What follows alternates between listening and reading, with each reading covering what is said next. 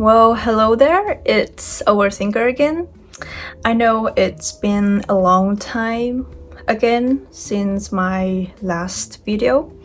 Well, this time I'm not experiencing like mental thing again, but instead a physical thing. Well, I had a wound in my hand, and yeah, I had to go to the hospital and do many complicated things that I can't do things normally with my hand. Yeah, something like that for weeks, and then my important person marriage comes, and it's kind of delays of the video things. But well, now here we are. And now let's get straight to the topic. Does emotion stop us from critical thinking? So, when it comes to critical thinking and emotion, they seem to be two totally opposite things, right? And we used to be taught at schools and at home that we have to suppress our emotional side as possible to reach a clear critical thinking state. Oh, in fact, there are actually some people around me did succeed in that, and they are often viewed as people of rationality. Well, no offense, and that is not an impossible thing to do, but to me, people are born with different thinking systems, and not everyone are born with ability to control their emotion easily and thinking critically and logically. Personally, I believe that the idea of separating that emotional side from our thinking system barely work. Since I was a child, my family at least always labeled me as an emotional and kind child. And don't get it wrong, they didn't make it a bad thing, but they also said that it would be a huge disadvantage if I keep going like that. And that has left a negative image of emotion in a child like me back then. However, afterwards, I found out that the more I tried to suppress my feelings as well as my emotions and trying to be a logical image person and trying to be not a kind of person that affected by emotion, the more those suppressed feelings bounce back to me, and the more I act unreasonably. So the point is, emotion has always been there, even in our critical thinking system, and we don't have to get rid of it in the first place. In retrospect, emotion actually has always more or less influence on how we behave, how we react to things. And without we truly realizing it, or even in the situations that we decide to make decisions, we decide to act more logically, emotion has always been there.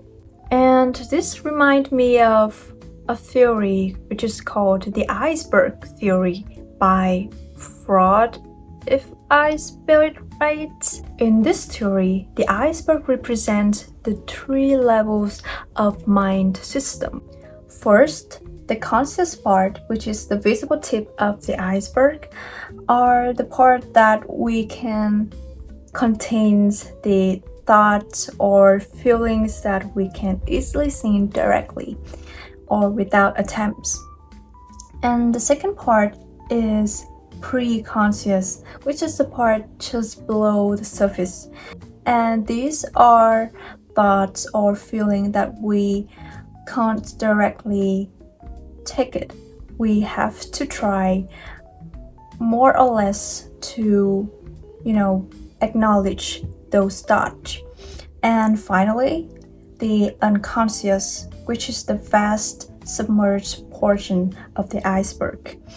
And this is, as its name, is the part that we hardly or never could realize or could aware of it. And sometimes we have to use those mental methods like meditation or something else in order to take everything from this part to the conscious part.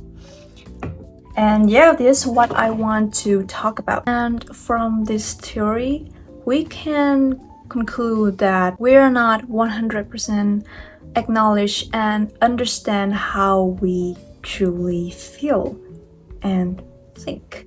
So, should we just let emotions take over our thoughts? You know the answer.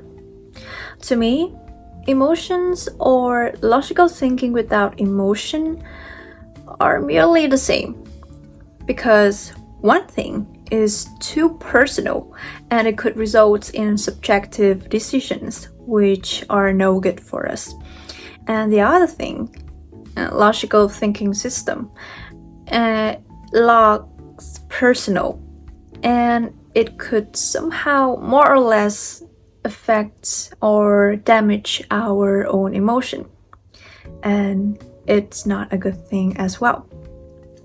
So if we just choose only one of two things, it will cause an imbalance in how we survive in life, how we make decisions. So the perfect state would be these two things combined with each other. So how do we get to that perfect state? I'm not an expert in controlling emotion or something. Instead, I'm an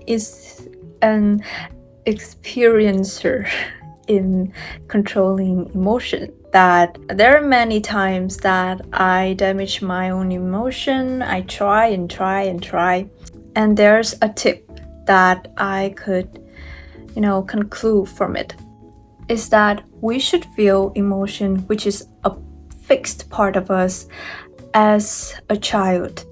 I don't know if you heard about the inner child before, but in simple words, it represents the deepest emotions of us.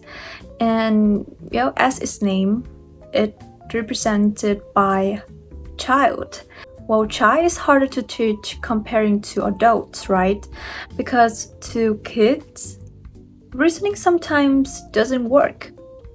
We have to find another way to change a child instead of just logic. That's why, first, you have to understand your child. What I mean by this is, you should understand the reason why you react this way, why you feel anxious that time, why you lose control that time, and what would make you scared. What would make you worried, and why it is like that.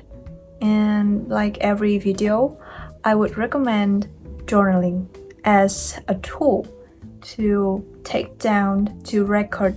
And when you look back on it, you could find ways to calm your child down in many important situations. Second, set limits. That's right, set limits. Although understanding our child is important, but you can't let it, or you can't let your emotions take over everything in your daily life just because you could get hurt. Because there are many important situations that you need, compel to the surrounding factors. Take working environment as an example. You have a boss who is not really sits well with you, but you have to work in that agency. because that's your job, that's where you make money from. And if you just release your emotion, you relieve that anger that you suppress for such a long time to that boss, and you gave up your job, you might become a burden to someone or to yourself. So yeah, there are some situations that we have to find ways to temporarily tempt that emotions, that child out for a long run. And this can be achieved by that journaling things in the first step. And lastly, choose a safe space to release your child. Well, what I mean by this is, of course, you must release it no matter what, because if you tend to suppress the child in your daily situations in order to protect your, for example, your career, your relationships in the long run, well, it's a right thing to do. But if your child it's suppressed or have no chances to show itself in a long time, it wouldn't be a good thing to do. Well, so choose a space. There are barely no one else who can see that child, that crying child, that emotional child. Because if someone saw that, we would easily get embarrassed, and that child's mental will get worse. So choose a space that makes you feel secure. There could be someone else that is close enough to you to assist you in a way to release those emotions. Or you could do it on your own, in your own bedroom, for example. Well, to me, every night I would turn off the light and turn on the lamp and light the candle and write down everything I experienced those days, and write out how I feel about it. And it did really work. And I also have a bizarre feeling about it, about being loved, being cared, not by someone else, but by myself. And that's for today's video. Well, my English speaking skill comparing to others' video, I could barely see any improvements, but I will try in the next video. Still, thank you for watching. And if you have any comments about this topic, please comment below and share to me. Goodbye.